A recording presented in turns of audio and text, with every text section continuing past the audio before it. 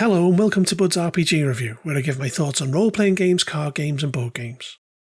Today's review is Black Sites for Delta Green the role-playing game by Octane Publishing. In this video I'll be covering the 5th scenario in the book, Sweetness. Okay, first a bit of history. Released in 2018, Sweetness is a short scenario that is available in both PDF and print on demand, and later included in this book. There'll be spoilers from this point on, so stop watching now if you intend to play this. The scenario begins with an introduction that sets the scene for what follows. It talks about Sarah Garrison, a former Chicago police officer and ex-Delta Green agent who has lost everything. She lost her police partner to a cult, then fell out of favour with Delta Green, then divorced from her husband Timothy Bernier 7 years ago, losing custody to her children after it was revealed that she ritually abused them every night.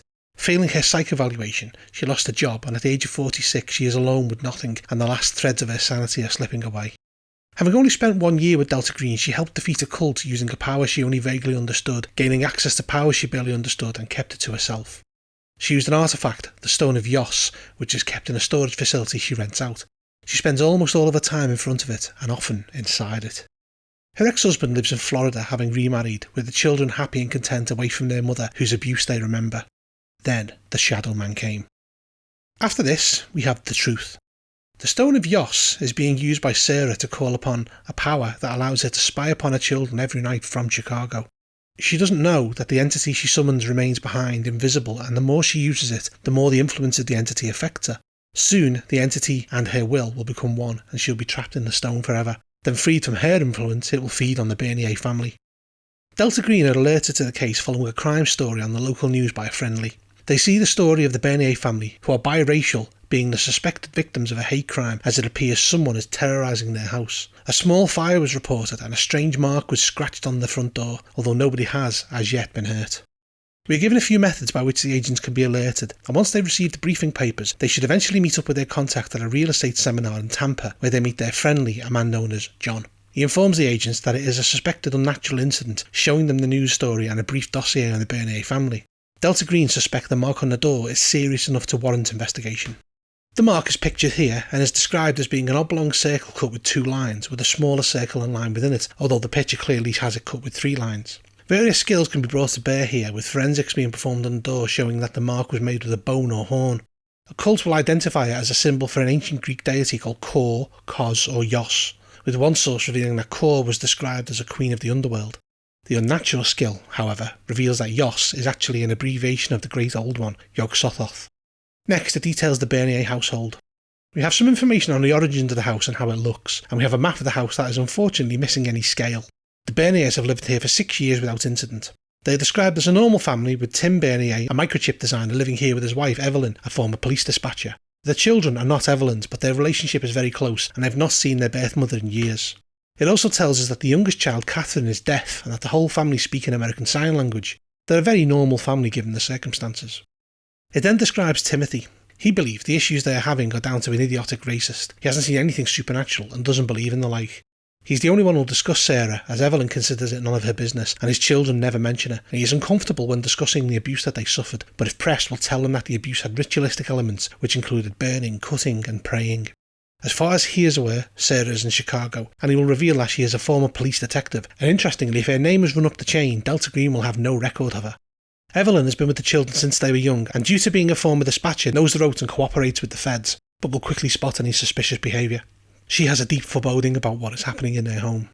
The eldest child is 16-year-old Chad, a typical teen boy whose mind is elsewhere, but he knows something is happening around the house. He thinks the mark on the door was a prank, although one night, when he was alone downstairs, he thought he heard his sister and someone else moving around upstairs. The youngest child is 10-year-old Catherine, a very smart girl who is completely deaf. She's clearly the family favourite, but Catherine has a secret.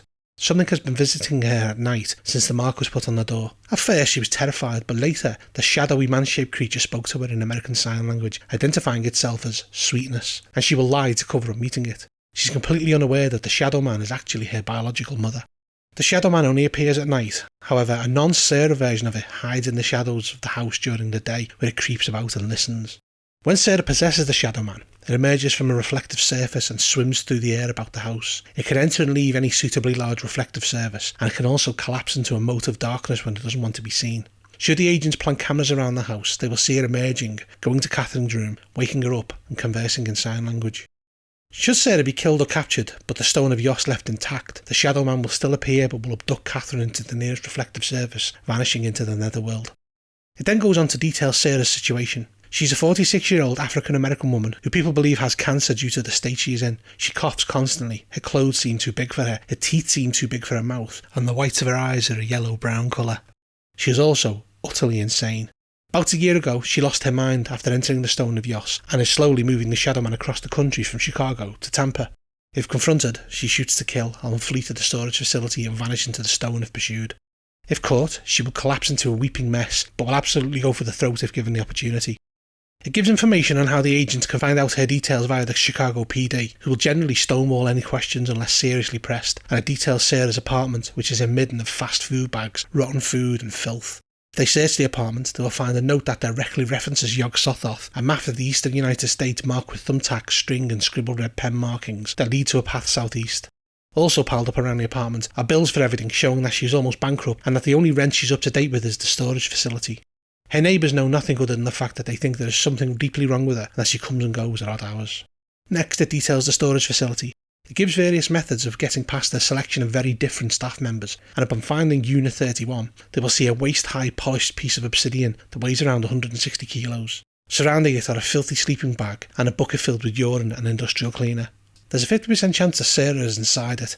It gives rules around using the Stone of Yos, which details how to become the Shadow Man and also how it can be destroyed. A hit with a sledgehammer is enough, although anyone inside it is lost forever. There are also notes on researching the stone. Following this, we have the game stats for Sarah and the Shadow Man. Despite the very short length of Sweetness, there's a lot to like here. Indeed, it is one that I often recommend to people to run as a one-shot. The design of the scenario means that it gives you all the information that you need, including many of the possible leads, but lets you and your team decide on how to press forward and come to a resolution.